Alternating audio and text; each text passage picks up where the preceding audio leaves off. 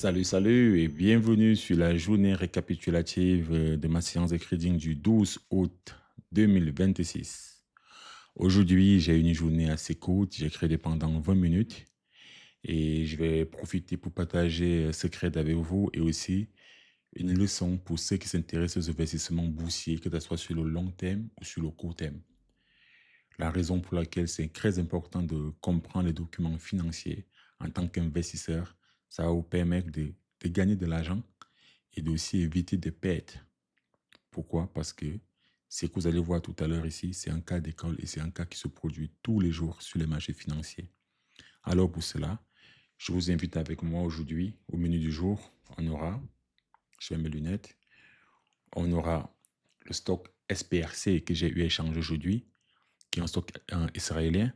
Et comme deuxième stock, pour le cas d'étude et le cas d'école, ça sera BOXL. Pour cela, je vous invite à me suivre à regarder derrière mon épaule, au-dessus de mon épaule, et on va analyser tous ensemble.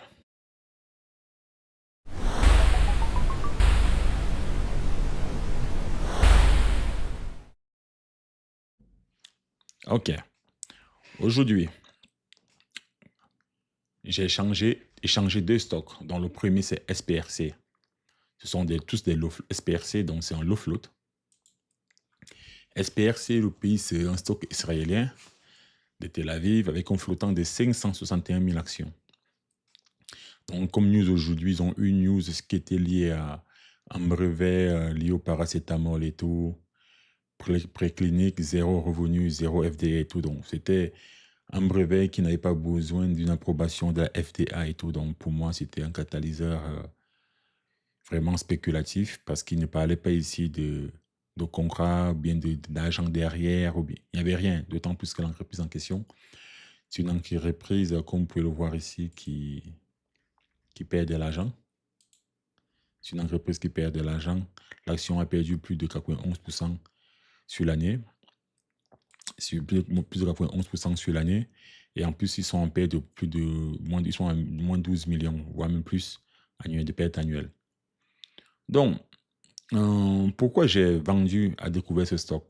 Vendre à découvert, c'est quoi? Vendre à découvert, c'est parier à la baisse. C'est parier à la baisse. Ça vendre à découvert. Donc, j'ai parié sur la chute du titre, la chute de la valeur du titre aujourd'hui. Donc, alors on va analyser tout ça ensemble. Le stock en question, il a clôturé hier à 6,82 $, qui est le prix ici, et qui est la ligne blanche ici. Donc, quand le stock il est apparu aujourd'hui, ce matin, dans mon scanner, j'ai un scanner que j'utilise qui est Momotic. J'ai vu qu'il y avait une news. J'ai vu qu'il y avait une news. En passant, chaque bas ici représente une minute, chaque bougie représente une minute de transaction. Donc, c'est noté ici en haut. Donc, j'ai vu qu'il y avait une news. Donc, le temps que j'analyse la news, le stock il a bougé de 6,82 à 7,93. Il est allé à 9 et à 8 ici. Et donc, du coup, quand j'ai vu, là, il est allé à 9,60, à 10. Là, j'ai vu le rejet. Des fois qu'on dit j'ai vu le rejet, alors j'ai attaqué là. J'ai pas mis toute ma taille parce que je prévoyais de dimensionner, plus vers 10, 11, une repartie. Donc, quand j'ai vu ce rejet, parce que le Catasil était spéculatif, c'était une news qui permettait au stock de se maintenir à la hausse. Donc, j'ai rajouté ici, j'ai rajouté ici, j'ai rajouté ici, j'ai rajouté ici, j'ai rajouté ici. Et j'ai pris les premiers bénéfices ici. J'ai pris de nouveau ici. Et j'ai encore pris là et j'ai pris là. Donc, sur ce stock en question, j'ai réalisé, c'était mon seul stock que j'ai créé d'aujourd'hui. J'ai réalisé dessus en 4 minutes 1137 $. 4 minutes, pourquoi? Parce que chaque bas ici représente une minute. Et tout. Donc, une minute, je suis ancré ici. Deuxième minute, je suis encore ancré là. Troisième minute, j'ai commencé à sortir. Quatrième minute, je suis sorti là. Donc, 4 minutes, en gros, j'ai fait ça comme gain. Et après, je suis passé à autre chose. Et du coup, entre-temps, depuis la matinée, en même temps passer au second stock, pour faire court, BOXL. Ça sera là le cas d'école. Je pense que c'est là qu'il y a plus de choses à prendre ici. BOXL. BOXL, si jamais c'est un stock américain, c'est une entreprise américaine qui fait dans la fourniture scolaire et tout. Et c'est un très faible flottant. Elle a un flottant de 667 000 actions. 667 000 actions. Et la news aujourd'hui, ils ont levé des fonds. Ils ont levé des fonds via une vente d'actions. Pourquoi? Basé sur une entreprise. Je vais vous présenter mon écran. C'est mieux. Partager mon écran. C'est une entreprise, comme je vous disais, américaine. Une entreprise américaine avec un flottant chez Austin, son total émis 670 000 actions. Le flottant action échangeable en bourse, 560 000 actions. Maintenant, qu'est-ce qui s'est passé? L'entreprise en question, comme vous pouvez le voir ici, elle a un problème de trésorerie. Elle n'avait que 3 mois de cash de trésorerie pour vivre. Donc, le cash runway qui restait était de 3 mois pour pouvoir vivre. Après ça, elle met la main à la porte. La clé à la porte, autant pour moi. Donc, ils ont eu une news aujourd'hui. Dans la nouvelle, elle est là, la nouvelle. Il y a un jour ici, ils ont annoncé la clôture initiale et tout. Aujourd'hui, ils ont publié les bilans financiers tout à l'heure. Là, ils viennent de voir là, je vais regarder tout à l'heure. Le 12 août, ils ont publié les résultats financiers. Donc, on va cliquer celle qui nous intéresse. Donc, c'est qui a poussé le stock de partie 2. C'est qui a amené le stock, comme je vous disais avant. Parce que ce stock avant-hier, il a clôturé. Je vais mettre chaque bougie en 2 minutes pour que vous puissiez voir l'échange d'avant. Il faut savoir que ce stock-là, il a clôturé hier à 2,93 $. Le prix est ici. C'est ça la ligne blanche ici. 2,93 $. C'est tout le prix de clôture d'hier. Donc du 11. Donc le stock, il est monté à l'aftermarket, il s'échange jusqu'à là. Et au pré-marché ce matin, il est monté à 6,29 $. Après, il est revenu là. Je ne l'ai pas crédité. Pourquoi? Je ne l'ai pas crédité parce que moi, j'envisageais de le créditer au-dessus de 8. S'il atteignait les 8, j'allais commencer à le vendre à la baisse. Pourquoi 8? 8, 10 ans, là, j'allais commencer à le vendre à la baisse. Je vous expliquerai pourquoi plus tard. Parce que ce stock-là, il s'est changé. Après, du coup, moi, je suis parti. Quand j'ai fait écran sur mes écrans pendant... Je suis venu par là, il était dans cette zone-là et tout. Sur cela, je l'ai observé, j'ai analysé encore de nouveau. Et après, j'ai fait le crédit d'avant, SPRC. Après, j'ai éteint mes écrans, je suis parti à mes rendez-vous. Donc, ce stock-là, vous allez comprendre, j'aimerais que vous reteniez le prix de 8 dans la ligne ici et le prix de 10 dans la ligne ici. Vous allez comprendre pourquoi ce stock il est parti de 2,93 $. Donc, de 2,93 $. Donc, il y a la ligne ici à 10. OK. Donc, je vous invite à me suivre sur mes écrans. Toujours. En même temps, analyser la news. Vous allez voir qu'ici, BOXL, cette entreprise-là que vous voyez ici, je vous ai montré la trésorerie, elle n'avait pas d'argent.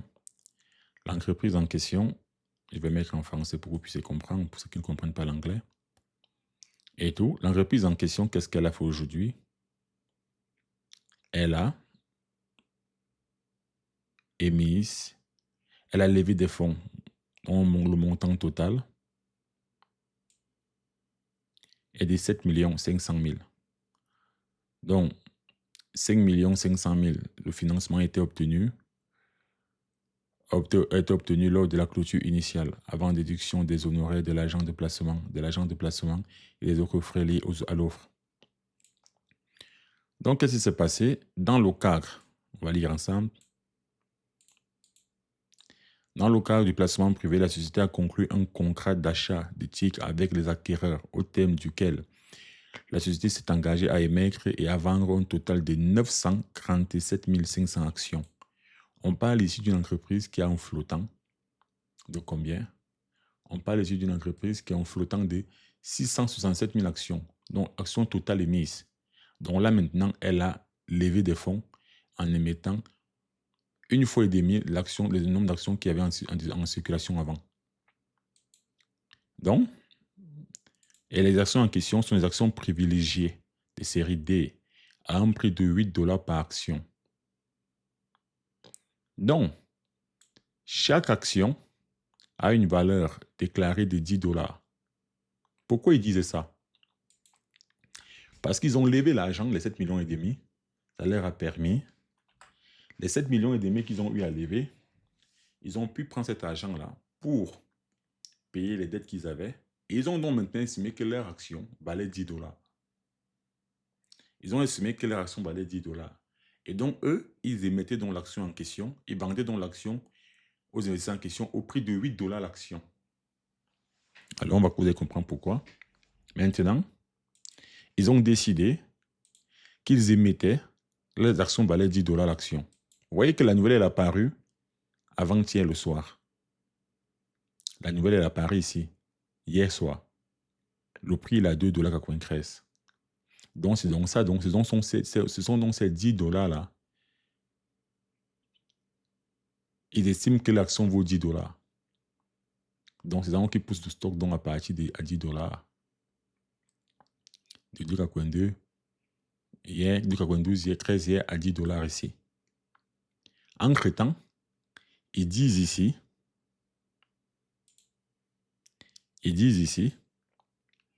qu'ils ont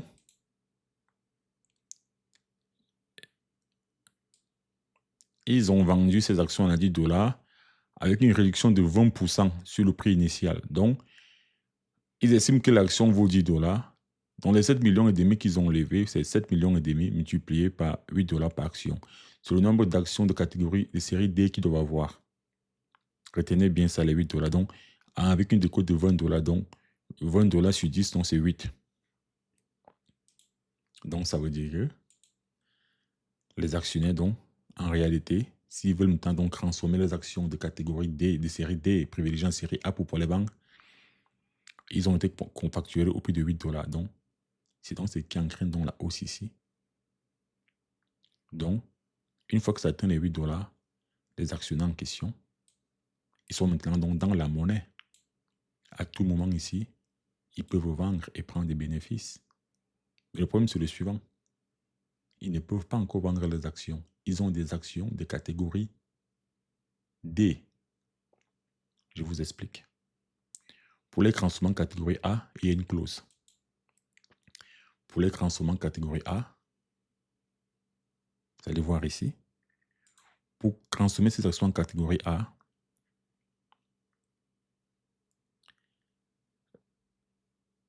ici, on commence ici. Chaque action privilégiée de série D est convertible en action ordinaire de catégorie A de la société. La valeur nominale par action, donc ne comptez pas les 0,01 là. Ça concerne les warrants. Vous allez voir plus tard en bas. La valeur nominale par action. Les actions ordinaires de catégorie A, donc à un prix de conversion égal au plus élevé du montant suivant. Le prix plancher ajusté alors en vigueur, donc 80% du cours de clôture du plus bas, le plus bas des actions ordinaires de catégorie A au cours des 5 jours de bourse consécutifs se terminant le jour de bourse précédent, immédiatement à la date de la conversion applicable. Et les actions préférencées des séries D sont soumises à une limitation de participation effective de 4,99. Donc, tu ne peux pas échanger. Si tu as 10% des actions en question, donc des 900 qui ont été mises ici, 973 000 là, tu ne peux pas directement échanger de catégorie D à catégorie A. Tu peux échanger 4,99 à la fois. Qu'est-ce qui se passe? Ici, voilà le point le plus important. Pour les échanges en catégorie A, c'est selon le prix le plus bas des 5 jours de bourse consécutifs se terminant. Alors, je vais vous expliquer pour que vous compreniez maintenant ce qui s'est passé. Alors, les gens qui ont, quand le prix est arrivé ici à 8, ils voient qu'après, il a chuté. Mais les nouveaux investisseurs ne peuvent pas encore vendre. Pour deux raisons, il a chuté même jusqu'à 5,60. Parce que eux, il leur faut 5 jours pour pouvoir convertir leur action. Maintenant, on va maintenant expliquer ça. Eux, quand ils ont prêté les 7,5 millions, c'était au prix de 8 $ l'action. Sauf qu'entre-temps, ils peuvent les convertir à tout moment. Et pour les convertir, le prix de conversion qu'ils vont vouloir les convertir, on va retourner 5 jours en arrière, au prix le plus bas d'échange. Vous allez comprendre donc pourquoi c'est dangereux pour ceux qui ont l'action depuis 2 et qui ne vont pas comprendre la nouvelle et qui ne sauront pas l'interpréter, qui ne vont pas prendre des bénéfices partout ici, partout ici, partout ici, partout ici. Pourquoi c'est dangereux pour eux? Parce que ces investisseurs qui ont investi là au prix de les 7 millions et demi, s'ils doivent changer leur action, on va revenir au plus bas des 5 jours à partir d'aujourd'hui, depuis aujourd'hui, le plus bas ici, disons, les 5 jours depuis le contrat en question, on prend l'exemple, depuis les 5 jours par exemple. Je prends l'exemple, on prend l'exemple. Le prix est à 3 $. Ça veut dire que quelqu'un qui avait 10% d'actions, 10% des actions là, donc qui a par exemple mis, disons, 1000 $, s'il doit convertir ces actions-là en catégorie A pour pouvoir les vendre sur le marché, il aura des actions d'une valeur de 1000 $ au prix de 3 $. Donc, c'était le prix de 5 jours en arrière. Pas à 8 $. Non, pas à 8 $. Le 8 $, c'était juste pour comptabiliser, pour décoter. Mais maintenant, donc, s'ils veulent maintenant transformer en catégorie A, il va recevoir plus d'actions. Mais si le prix se maintient à la hausse à 8 $ pendant 5 jours et qu'il veut convertir ses actions, il va convertir le montant qu'il investit au prix de 8 $. Donc, chaque fois qu'il veut convertir 4,99% des actions qu'il a obtenues, qu'il a dans l'investissement, on va calculer le prix des 5 derniers jours, le prix le plus bas. On va donc, si c'était 1000 $, le prix est à 4,74 $. On va diviser 1000 par 4,74, c'est le nombre d'actions là qu'il aura. Donc, ces investisseurs-ci, ils ont meilleur temps de faire quoi?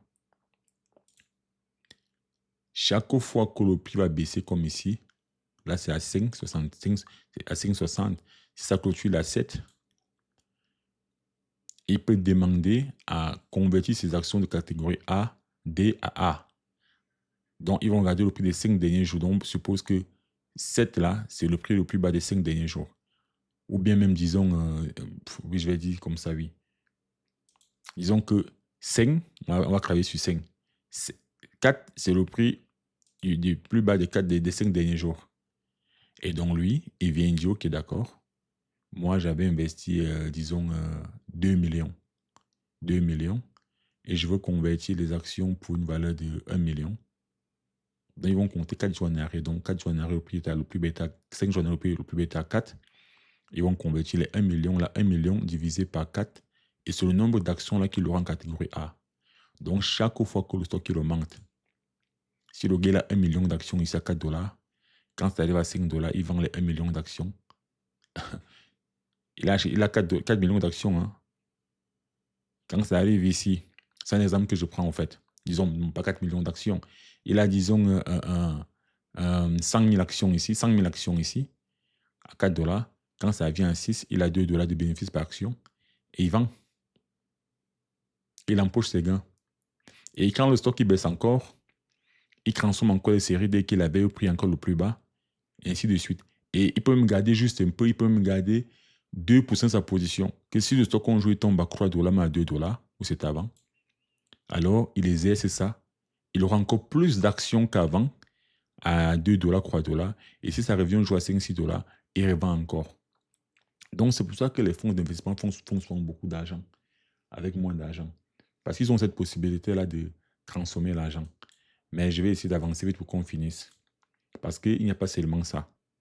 Parce que l'entreprise en question, vous pouvez voir ici que l'entreprise en question, voilà. L'entreprise en question ici, parallèlement au placement privé, la société a conclu un accord d'achat d'actions. La ligne de crédit sur action avec SecureNet Capital LLC, en vertu duquel la société engloie, mais non d'obligation de vendre à SecureNet Capital. Donc, c'est jusqu'à 15 millions. Donc, jusqu'à 15 millions de dollars d'actions ordinaires de catégorie A de la société. Dans un autre, sur une période de 36 mois, sous réserve de certaines conditions, notamment l'entrée en vigueur d'une déclaration d'enregistrement des reventes. En contrepartie, autant pour moi, elle s'engage En contrepartie de l'engagement de Secunet Capital au titre de la ligne de crédit en actions, la société a accepté d'émettre des actions ordinaires de catégorie A d'une valeur de 150 000 $. Donc, c'est un peu pour payer, en gros, pour payer une rémunération pour l'engagement de l'investisseur. Donc, de 150 000 $ entre parenthèses, actions d'engagement, dont le nombre est déterminé conformément à la convention d'achat d'actions. Dans le cadre de la ligne de crédit en action, l'investisseur peut choisir de recevoir des bons de souscription préfinancés lui permettant d'acquérir les actions ordinaires de catégorie A à un prix d'exercice de 0,001 par action au lieu de placement de certaines actions d'engagement sous réserve de la limitation de la propriété effective. Donc, quand vous entendez ici, il parle de quoi? En fait, c'est pour le geste qu'ils ont fait et tout, en fait, c'est comme, comment dirais-je, c'est une rémunération de 150 000 $, mais ils ne donnent pas ça en argent pour la ligne de crédit qui leur a permis d'avoir de nouveau 15 millions. Donc, ils donnent des warrants. Soit ils peuvent choisir, sont des warrants pour une valeur de 150 000 $ au prix d'exercice de 0,001. Comme vous pouvez le voir ici, ce sont des warrants. Bons de souscription sont des warrants. Mais le problème, c'est que les warrants, c'est que ce n'est qu'ils essaient que si le prix atteint 0,001 par action. Et il y a une date limite. Donc, si la date là arrive à échéance, que le prix n'a pas atteint 0,01, il ne recevra ni les actions d'une valeur de 150 000 et il ne récupérera pas son argent. Donc, ça tombe à l'eau. Ce sont des produits financiers très structurés qui sont très complexes, mais qui sont risqués, mais qui rapportent beaucoup plus. Vous imaginez, l'action tombe un jour à 0,001. Le prix des warrants césaire, il reçoit 150 000. Les actions plus valent 150 000 $ prix de 0,01 et l'action revient à 1 $ en jour. Mais le gars, lui, s'en fout parce qu'en réalité, lui, il a ouvert une ligne de crédit de 15 millions que l'entreprise peut encore lever. Tu vois, d'actions plus tard, sur 36 mois. Et l'entreprise en contrepartie, il remercie la personne avec 150 000, mais pas en argent nature, mais plutôt en warrant. Oui, il s'en fout parce que sur les 15 millions qu'il prête ici, il va gagner beaucoup. Donc, du coup, ici, ce n'est qu'un surplus. Donc, cette entreprise-là, pour moi, c'est une entreprise qui a une mauvaise santé. C'est une entreprise qui est du litige pour les investisseurs qui étaient là avant. C'est une entreprise qui continue de lever des fonds pour vivre. En fait, c'est une entreprise qui est en train d'aller dans ce sens, qui va dans ce sens et tout. Donc, pour moi, la leçon ici à retenir est de... Je vous dis ça pourquoi. La leçon ici à retenir est la suivante. Essayez de former-vous. Les investissements sur les marchés financiers sont très intéressants. Et le fait de connaître les documents financiers, vous pouvez aussi apprendre beaucoup de choses. Vous pouvez aussi réduire vos pertes. Ça vous permet de réduire les pertes. Pourquoi on apprend? On n'apprend pas seulement pour gagner l'argent. On apprend aussi pour ne pas perdre de l'argent. Donc, ce que je suis en train de vous partager ici, ce sont des connaissances, des choses que j'ai pris du temps à apprendre. J'apprends depuis 2018 et j'ai créé d'aujourd'hui, depuis 2019, j'ai commencé en fin 2018, j'ai créé jusqu'à aujourd'hui. Je fais du day trading et pas l'investissement parce que je préfère faire le day trading. Je préfère dormir tranquille, avec l'esprit tranquille. Et tout, je sais que j'ai perdu tel montant aujourd'hui, je sais que j'ai gagné tel montant aujourd'hui, mais je profite ici de partager ces connaissances et vous parce que c'est très intéressant. Et je vous invite aussi à vous intéresser, même si vous ne voulez pas faire du day trading ou du scalping comme moi je fais, mais plutôt faire l'investissement sur le long terme, je vous invite à apprendre. Et pourquoi c'est important d'apprendre? Parce que, comme je vous l'ai dit une fois de plus, quelqu'un qui n'a pas lu tous ces documents-là, qui ne sait pas interpréter ces chiffres, il va se dire quoi? Oui, l'entreprise, elle a levé des fonds et tout. Oui, c'est beaucoup, des millions et tout, donc le prix va aller à la hausse. Non. Les gens, ils vont sortir.